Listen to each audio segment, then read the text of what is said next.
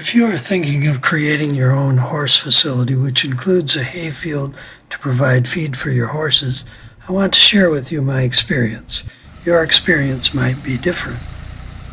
We have a 22-acre hay field. Having grown up in the city, I have no experience to draw on for baling hay. I figured I had three options. 1, I buy a new haying equipment. 2, buying used haying equipment. Or 3, hire someone to do the baling for me. Option 1 was far too expensive for a couple days of work a year.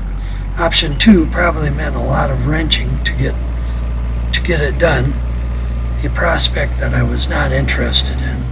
Option 3, custom hiring, seemed the way to go. What I didn't realize was that the person baling wanted no responsibility for the finished product. I had to decide when to cut and when to bale. When it seemed to me that the hay was dry, I told him to bale it. The next day I went out to stack the bales, and they were so wet that they weighed a ton. I called my baler and asked him what he thought of the bales he had made. He said, "I thought they were kind of tough." Apparently this is a code word for wet. Of course, he went ahead and baled them anyway. After a couple of crop failures, having to sell my hay for cattle feed, I decided to rent the field out to someone that was in the business of making hay. I rent the field, and if I like the hay produced, I buy what I need.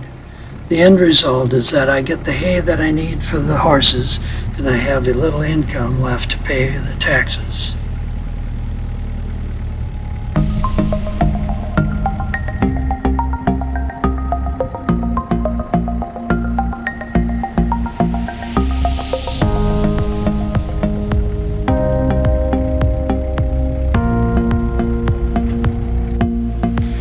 Our property also has a 7-acre woodlot. The trees have never been cleared because the ground is quite wet most of the time, and there is a ravine where the adjacent land drains through it. The woods keeps pushing out toward the light and needs to be trimmed back periodically. There is a variety of hardwood trees growing in the woodlot: maple, oak, cherry, pear, ash, and beech. I've had some cherry, oak, and ash milled to use in the furniture that I make. If a tree dies and I take the wood and make a piece of furniture out of it, it has a second life. I like that idea. I also use the wood lot as a place to train horses. Getting out of the arena is good for them. Walking over logs and through rough terrain teaches them how to use their body in difficult conditions. They build confidence by being confronted with new and different situations like wildlife jumping out, startling them. I think it is good for their and my psyche. It's particularly nice in the spring.